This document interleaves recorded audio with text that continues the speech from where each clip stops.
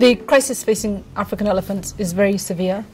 More than 33,000 elephants are killed every single year for their ivory, which is sold in countries in Asia, primarily China, Thailand, and Vietnam. The reason why we decided to launch this campaign in Kenya is because Kenya has played such a critical role in the world before when it came to elephants. We demonstrated leadership and we actually stopped the slaughter of elephants in the 1980s. We believe that Kenya can play that role again. The Hands Off Our Elephants campaign has reached a very important milestone. We've turned one. We conducted a very public launch of the Hands Off Our Elephants campaign in 2013. And we did this because we wanted to inform everyone from the public, the media, international missions, the other NGOs and government of how serious the situation is that's facing elephants. And we wanted to create an opportunity and a platform for everyone to join in and support efforts to save Africa's elephants. Let every single Kenyan and all friends of Kenya take up the responsibility to stop this crisis in securing a Kenya where the magnificent magical elephant does not only exist on the back of a banknote, but is free to roam, unafraid, to continue to enchant our children, grandchildren, and humans around the world as they have done for thousands of years.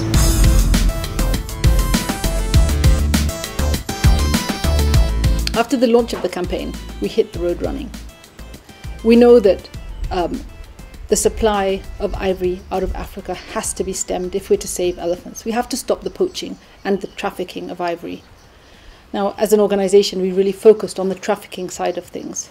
We know that there are government forces on the ground doing the anti-poaching, but what we discovered through a study in the courts of Kenya was that the people doing the trafficking were not facing justice. Less than 3% of wildlife criminals were going to jail. And so we worked with the judiciary and with the Director of Public Prosecutions to actually conduct and create reforms in the wildlife sector that would deter poachers and primarily traffickers.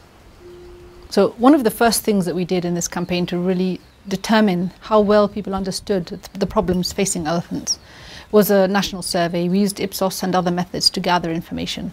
And what we found is that less than 13% of Kenyans even know what the law is when it comes to wildlife crimes. We also know that less than 20% of Kenyans know that elephants' tusks are teeth. And more than 30% of Kenyans think that ivory is used for medicine in China. This level of ignorance is surprising given that elephants are so important to the economy of Kenya, and we realized that one of the very first things we have to do is creating public awareness, to mobilize people to support efforts to protect elephants. And we've been doing this through a series of very interesting events in schools, high schools, universities, with corporates, and even at the level of the government.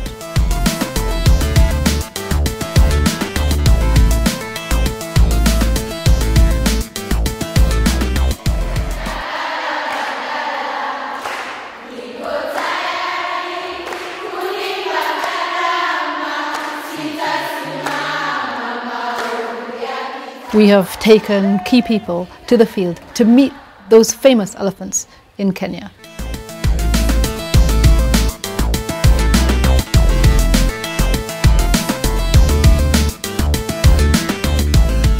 We've also conducted major events like the Global March for Elephants with other conservation organizations. And we also hosted the World Elephant Day in Nairobi.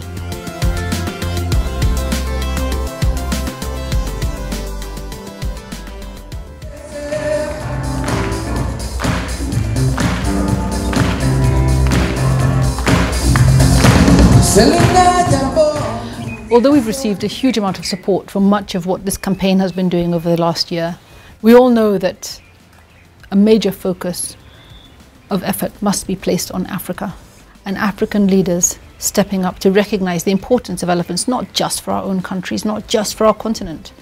These animals are a global heritage that deserve to be protected as such for future generations. My fellow Kenyans, poaching and the destruction of our environment has no future in this country. The responsibility to protect our environment belongs not just to the government, but to each and every one of us. The future for the Hands Off Our Elephants campaign is really a massive amplification of what we're already doing and what's already working, but also replication across Africa. But in particular, we really need to address the people who buy ivory. And we've decided to target Nairobi International Airport, where we know many people are being arrested with trinkets that they're buying in Southern Africa, Central Africa and West Africa, and transiting through Nairobi. Nairobi must become an ivory-free zone, and this will ensure that anybody who passes through Kenya, which is the gateway of travellers from Asia as well as Europe, they will know that if they are caught with ivory in our airport, they will risk life imprisonment.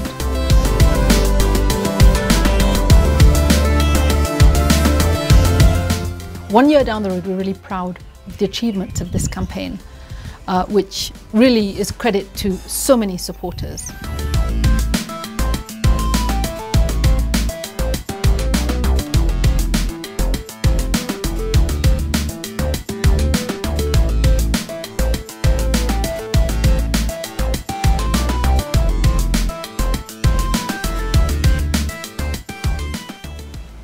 We've received a number of awards, a lot of international and national recognition. But elephants are still dying, and people are still buying ivory. So we have to change gear. We need to do more. And if we're serious about this, we have to look east. We have to talk to the governments of China, Vietnam, Thailand in particular, where more than 90% of Africa's ivory is going to.